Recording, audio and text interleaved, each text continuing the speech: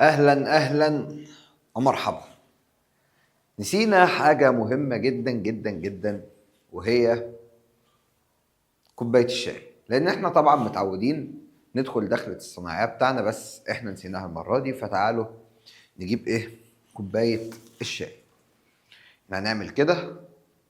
طبعا جت معانا دلوقتي كوباية الشاي، بس انا الصراحة انا كنت شارب منها قبل ما اخش اصور. هي اصلا خلصت خلاص مننا.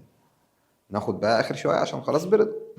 السلام عليكم ورحمة الله وبركاته، طلاب وأولياء أمور الصف الخامس الابتدائي، إزيكم عاملين إيه؟ تعالوا مع بعض النهاردة نشرح تاني درس عندك في المنهج في الترم التاني، وهو درس الهرم السكاني. درس يا فندم الهرم السكاني بيتكلم عن إيه، وليه بناخد الدرس ده، والتفاصيل دي كلها نعرفها مع بعض في حصة أو فيديو النهاردة. طيب، بس قبل ما نتكلم عن الهرم السكاني، تقول لي يا مستر أما بيعدوا من السكان، ما هي البيانات التي يتم تجميعها أثناء التعداد السكاني؟ تعالى يا فندم وأنا أقول لك. أولا باخد التركيب النوعي، يعني في كم ذكر وكم أنثى، يعني في كم بنت وكم ولد. تاني حاجة باخد التركيب الاقتصادي، الناس دي شغالة إيه؟ وبعدين باخد توزيعهم قاعدين فين بالظبط، وبعدين باخد بقى النشاط الاقتصادي، وده اللي هو التركيب الاقتصادي اللي أنا لسه قايل لك عليه. فبناء عن البيانات دي كلها يا فندم ببدا ان انا اعمل هرمي السكاني، اعرف نسبه صغار السن قد ايه، ونسبه كبار السن قد ايه، ونسبه الشباب قد ايه. وده بنسميه تركيب نوعي وتركيب عمري. تعالوا مع بعض كده نخش في تفاصيل الدرس يا فندم. يلا يا باشا. قال لك يا باشا مبدئيا عندك تعريف الهرم السكاني. يعني ايه يا مستر هرم سكاني؟ قال لك يا باشا هو رسم بياني. رسم بياني يعني رسم حسابي، يعني بيبقى واخد الشكل ده كده معاك يا فندم.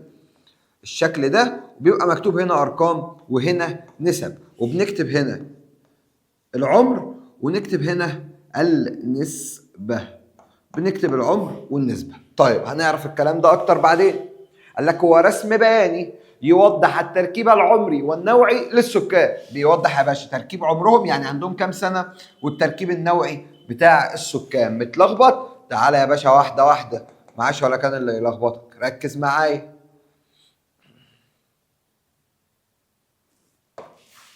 طيب قال لك فبنعمل يا باشا حاجة اسمها هرم سكاني، اللي احنا لسه قايلين تعريفه من شوية.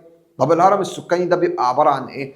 قال لك بيبقى فيه جزء في اليمين كده، والنسب اللي فيه بتبقى باللون الاحمر او اللون الوردي بهذا الشكل.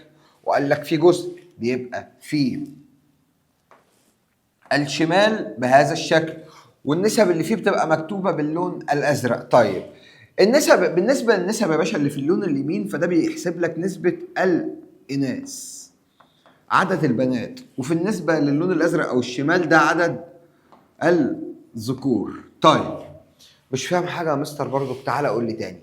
قال لك يا باشا احنا بنعمل هرم سكاني. الهرم السكاني ده ايه فايدته؟ قال لك يا فندم بيبقى واخد هذا الشكل، شكل الهرم يا باشا، وبيبقى متقسم طبقات، وكل طبقه بتدل على السن او العمر اللي موجود في الدوله. قال لك قمه الهرم دايما بتتكلم عن ايه يا مستر؟ قال لك كبار السن.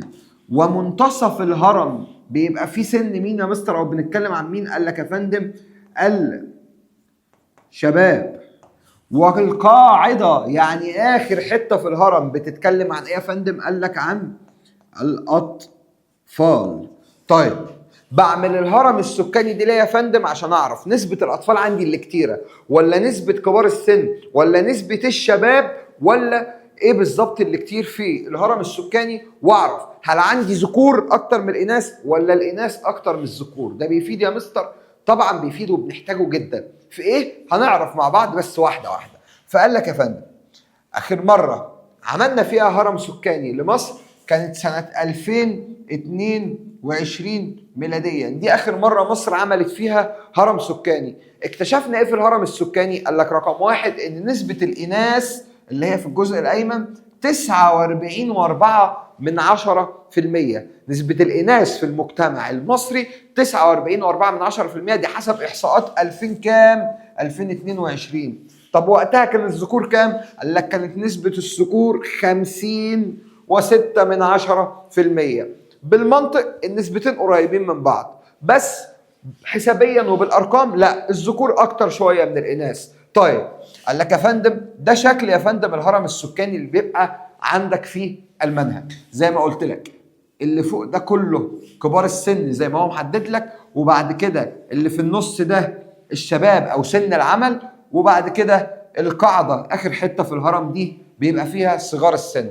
طيب بالنسبه لفئه كبار السن، كبار السن بعرفهم امتى؟ قال لك كبار السن بيبقى سنهم من 65 فيما فوق. يعني سن كبار السن امتى اقول على نفسي راجل عجوز؟ لما تم 65 سنه وفيما فوق بقى لحد الارقام اللي فوق. طب نسبه كبار السن في مصر كانت قد ايه يا مستر؟ قال لك يا فندم كانت 5.4% في المية. 5.4% في مصر دول من فئه كبار السن. وقال لك يا باشا ان الفئه دي هي فئه بتحتاج لرعايه صحيه، مستشفيات ودكاتره ودواء ورعايه اجتماعيه، ان يبقى في حد بياخد باله منها. طب نسبة الشباب قال لك في الوسط اهي. نسبة الشباب امتى اقول على نفسي شاب؟ قال لك يا فندم من 15 ل 64. ستوب يا مستر، مش احنا قلنا ان 65 كبار سن؟ طب ليه مش كاتبين من 15 ل 65؟ هقول لك الاجابة في السؤال ايها الرجل الغبي، لان 65 كبار سن فاخرك في الشباب 64. طيب قال لك 64 نسبتهم كام؟ قال لك حوالي 60.7%. ودي يا فندم الفئة المنتجة اللي بتشتغل وبتصرف على كبار السن، الناس الكبيرة في السن، وكمان بتصرف على قاعدة الهرم اللي هم صغار السن. واخر حاجة يا مستر بقى قاعدة الهرم، ودول من سن 0 يعني من اول البيبي ساعة الولادة لحد 14 سنة، لان 15 سنة هيبقى شاب. وقال لك دي بتمثل نحو تلت السكان. تلت سكان مصر عبارة عن أطفال. طبعا الأطفال برضو بيحتاجوا رعاية صحية لأنهم فئة غير منتجة، وطبعا ليهم متطلبات تانية، يعني هم بيحتاجوا رعاية صحية وتطعيمات وغيره، وطبعا المتطلبات التانية بقى خش بقى بامبرز سريراك كل حاجة بقى هم بيحتاجوها. تمام؟ فقال لك بقى المين بقى اللي محشور في نصهم؟ هم الاثنين بالصلاة على النبي، فئة الشباب اللي بتصرف على كبار السن وبتصرف على قاعدة الهرم اللي هي صغار السن. طب بعد كده يا مستر عايز تقول لي ايه؟ بعد كده يا فندم عامل لك احصائيه بسيطه عن ساعه الطفل، بمناسبه ان هم تلت المجتمع، يعني ساعه الطفل لما بيتولد لحد ما بيتم اربع سنوات. قال لك الفئه دي فيها قد ايه ذكور وقد ايه اناث؟ قال لك فيها 6% منهم بيبقوا ذكور، و5.6% فيهم بيبقوا اناث، وطبعا برضك النسبه مقربه من بعضها. طيب بعد كده بقى بيقول لك يا فندم، بعد كده بقى تعالى لما انا اللي هقول لك حاجات بسيطه جدا. لو جالك سؤال وقال لك قاعده الهرم يعني اخر جزء في الهرم عريضه بما تفسر، ليه قاعده الهرم عريضه؟ هتقول له يا فندم السبب بسبب ارتفاع صغار السن يا باشا، او بسبب ارتفاع نسبة صغار السن في المجتمع. طب لو بدل السؤال قال لك اللي عريضة بقى مش القاعدة، اللي عريضة الوسط، ليه منتصف الوسط ليه منتصف الهرم عريض؟ احنا قلنا اللي في المنتصف ده يا مستر شباب، فهتقول له بسبب ارتفاع نسبة الشباب. طب لو رأس او قمة الهرم هي اللي عريضة، بسبب ارتفاع نسبة كبار السن. طيب انا بدرس الكلام ده ليه يا مستر؟ ليه بدرس كل مرحلة، وليه كل مرحلة افضل ادرسها؟ يجي لك سؤال مهم في الجزئية دي يقول لك بما تفسر اسباب دراسة الهرم السكاني.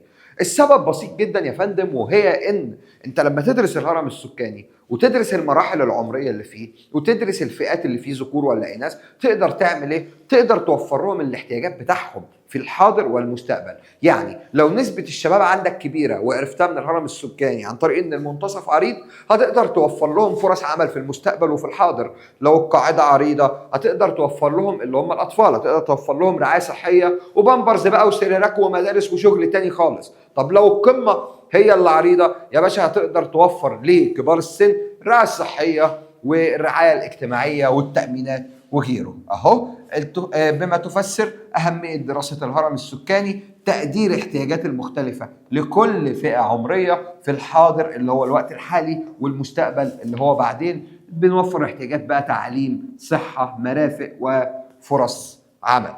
طيب بعد كده يا مستر عايز تقول لي ايه؟